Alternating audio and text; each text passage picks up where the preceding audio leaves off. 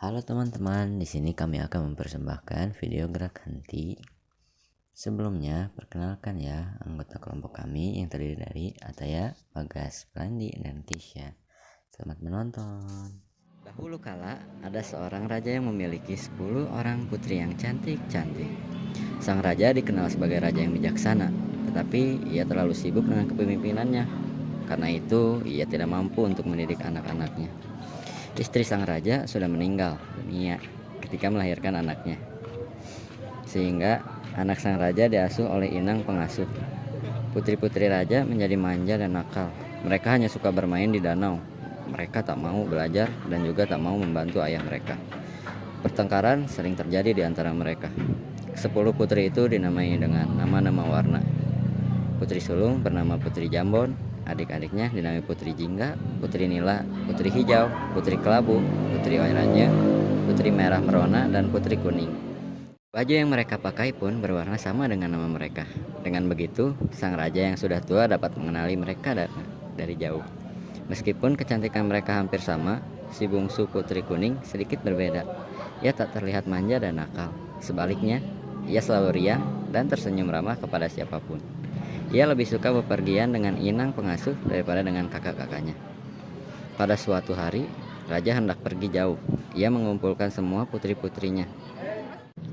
Aku hendak pergi jauh dan lama. Oleh-oleh apakah yang kalian inginkan? Aku ingin perhiasan yang mahal.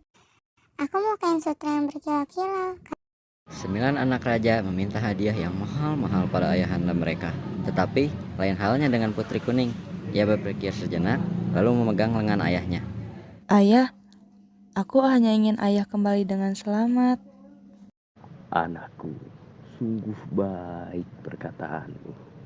Tentu saja, aku akan kembali dengan selamat dan kubawakan hadiah indah buatmu. Tak lama kemudian, raja pun pergi. Selama sang raja pergi, para putri semakin nakal dan malas. Mereka sering membentak inang pengasuh dan menyuruh pelayan agar menuruti mereka. Karena sibuk menuruti permintaan para putri yang rewel itu, pelayan tak sempat membersihkan taman istana. Putri Kuning sangat sedih melihatnya, karena taman adalah tempat kesayangan ayahnya. Tanpa ragu, Putri Kuning mengambil sapu dan mulai membersihkan taman itu. Daun-daun kering dirontokkannya, rumput-rumput liar dicabutnya, dan dahan-dahan pohon dipangkasnya hingga rapih. Semula inang pengasuh melarangnya, namun Putri Kuning tetap bersikeras mengerjakannya. Kakak-kakak Putri Kuning yang melihat adiknya menyapu tertawa keras-keras. Lihat, tampaknya kita punya pelayan baru.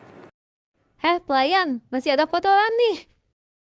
Taman istana yang sudah rapih kembali acak-acakan. Putri Kuning diam saja dan menyapu sampah-sampah itu. Kejadian tersebut terjadi berulang-ulang sampai Putri Kuning kelelahan.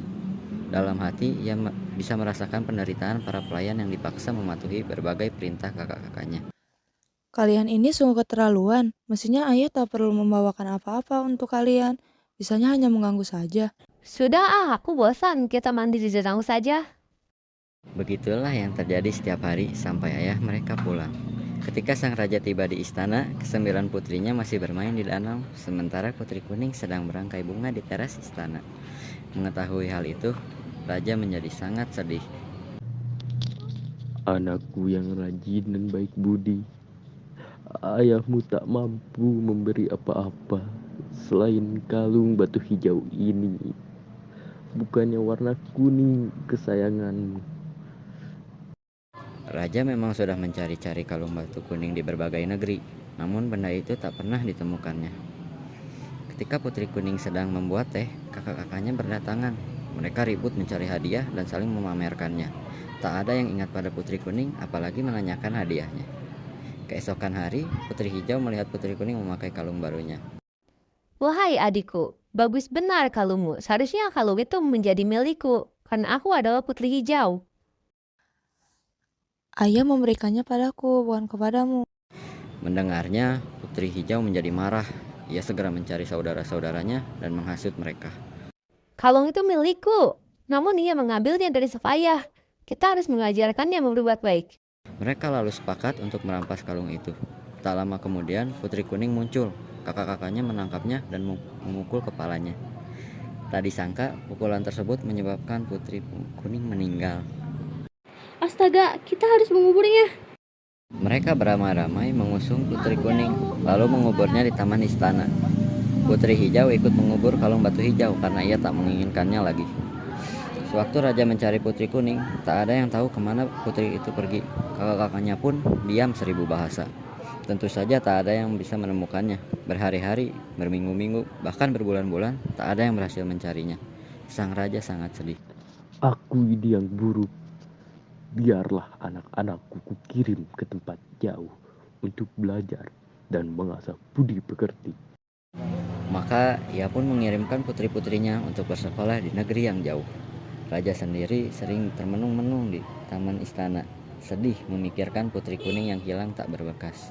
Suatu hari, tumbuhlah sebuah tanaman di atas kuburan Putri Kuning. Sang raja heran melihatnya. Tanaman apakah ini? Batangnya bagaikan jubah putri. Daunnya bulat berkilau bagai kalung batu hijau. Bunganya putih kekuningan dan sangat wangi.